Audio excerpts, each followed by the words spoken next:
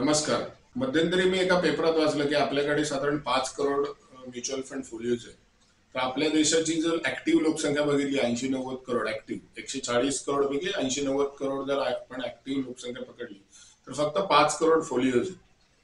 तर बाकीचे लोक कुठे इन्व्हेस्ट करतात? तर रिअल इस्टेटमध्ये टाकतात किंवा एफडी जास्त करून लोक प्रिफर करतात किंवा कॅश पण ठेवतात सेव्हिंग अकाउंटमध्ये. तर मला असा प्रश्न पडतो की नुसतं एफडीच का करतात? तर म्युच्युअल फंड फक्त काही इक्विटी ओरिएंटेड नसतात. इक्विटी आणि डेट असे दोन प्रकार आहेत म्युच्युअल फंडमध्ये. त्याच्यात जो डेट ओरिएंटेड जो प्रकार आहे त्याच्यामध्ये 1 वर्ष आणि त्याच्या खाली जे पेपर असतात त्याच्यामध्ये इन्व्हेस्ट करणारे पण म्युच्युअल फंड असतात जे खूप सेफ अँड सिक्युअर असतात. एफडी एवढेच किंवा किंबहुना एफडी पेक्षाही जास्त असू शकतात. तर त्याच्यामध्ये लिक्विड फंड हा एक प्रकार आहे, कॅटेगरी आहे की ज्याच्यामध्ये तुम्हाला 6.5-7% रेट ऑफ रिटर्न मिळतो, जो एफडी एवढाच आहे साधारणपणे.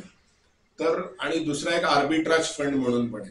तर असे, आणि तिसरा जो प्रकार आहे तो जीसेक आहे, गव्हर्नमेंट सिक्युरिटीजचे म्युच्युअल फंड असतात, जीसेक फंड म्हणतात, जो एफडी पेक्षाही जास्त सिक्युअर आहे कारण त्याला सॉव्हेरियन गॅरंटी असते. सॉव्हेरियन गॅरंटी म्हणजे सरकारची गॅरंटी. म्हणजे जर देशालाच काही प्रॉब्लेम झाला, देशाचीच अर्थव्यवस्था एकदम कोलमडली झिम्बाब्वे सारखी, तरच त्या जीसेकला प्रॉब्लेम येऊ शकतो. तर असे जे 3-4 कॅटेगरी आहेत, लिक्विड फंड आहे, आर्बिट्राज फंड आहे, सॉव्हेरियन जीसेक फंड आहे, ह्याच्यामध्ये का लोक गुंतवत नाही हा एक प्रश्न आहे. कारण 6.5-7% रिटर्न मिळू शकतो त्याच्यात. त्यामुळे हा एफडीला एक पर्याय आहे की तुम्ही ह्या अशा टाईपच्या म्युच्युअल फंडमध्ये गुंतवले पाहिजे. किंवा काही जण सेव्हिंग अकाउंटमध्ये पण भरपूर पैसे ठेवतात जे की गरज नसते. सेव्हिंग अकाउंटमध्ये हार्डली 3 ते 4% इंटरेस्ट मिळतो.